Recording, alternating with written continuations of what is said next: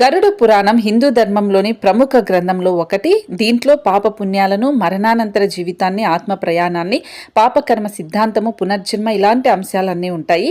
అయితే గరుడ పురాణంలో ఇప్పుడు చెప్పే మనుషులు వచ్చే జన్మలో కూడా రాబందులుగానే పుడతారట. మరి అలాంటి మనుషులు ఎవరనేది ఒకసారి చూద్దాం. శ్రీ శ్రీ దుర్గా భవానీ ప్రత్యంగిరాదేవి జ్యోతిష్యాలయం. గురువు గారు ఫోన్లోనే ముఖాంతరం పరిష్కారం అందిస్తారు. మీ ముఖము, పేరు, గోత్రం చూసి జ్యోతిష్యం చెప్పబడును. వివాహ, ప్రేమ, భార్యాభర్తలు, కుటుంబం, పిల్లలు, ఆరోగ్యం, ఆర్థికం ఇలా అన్ని సమస్యలకు పరిష్కారం చూపబడును. ఒక్క రోజులోనే స్త్రీ పురుష వశీకరణం చేయబడును. మీరెక్కడెక్కడో జ్యోతిష్యం చూపించుకొని నిరాశ చెంది ఉంటే ఆఖరిగా ఒక్కసారి గురువు గారిని సంప్రదించండి. దేవి ఉపాసకులు కామాక్షి ప్రసాద్ గారు. మీరు సంప్రదించవలసిన ఫోన్ నెంబర్ 9177754449. గరుడ పురాణంలో కొన్ని రకాల పాపాల గురించి చెబుతారు. అయితే పాపపు పనులు చేస్తే వచ్చే జన్మలో నీచమైన రూపంలో పుట్టుక తప్పదని గరుడ పురాణం చెప్తుంది. ముఖ్యంగా ఇతరులను మోసం చేసేవారు, నమ్మించి ద్రోహం చేసేవారు, అతి స్వార్థంతో జీవించేవారు, తమకన్నా బలహీనులను హింసించేవారు అత్యంత పాపాత్ములుగా గరుడ పురాణం లెక్కిస్తుంది.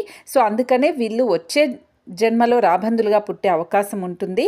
అలాగే ఎవరైనా కూడా గరుడ పురాణం ప్రకారం చేసిన పాపాలను మళ్ళీ మళ్ళీ చేస్తూ ఉంటే సంపద కోసం శ్రమను దోచుకున్న కర్మ ఫలితాలు ఇవన్నీ కూడా అనుభవించే అవకాశం ఉంటుంది.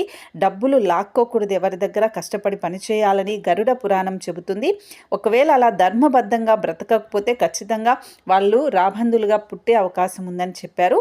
అలాగే మూఢనమ్మకాలుగా కొట్టి పడేసే వాళ్ళకి ఖచ్చితంగా వచ్చే జన్మల్లో ఇలాంటి మనుషులు రాబందులుగానే పుడతారు అని గరుడ పురాణం అయితే చెబుతుంది. సో ఇతరులను బాధ పెట్టడం కానీ, స్నేహితులను మోసం చేయడం కానీ చెడు పనుల కిందికే వస్తాయి. సో ఇలాంటివన్నీ నిజాయితీగా జీవించాలి. ఇతరుల పట్ల దయ, కరుణ ఇలాంటివి ఉండాలి. అప్పుడే మనిషి చనిపోయిన తర్వాత కూడా స్వర్గానికి వెళ్తారు అని గరుడ పురాణం చెబుతుంది.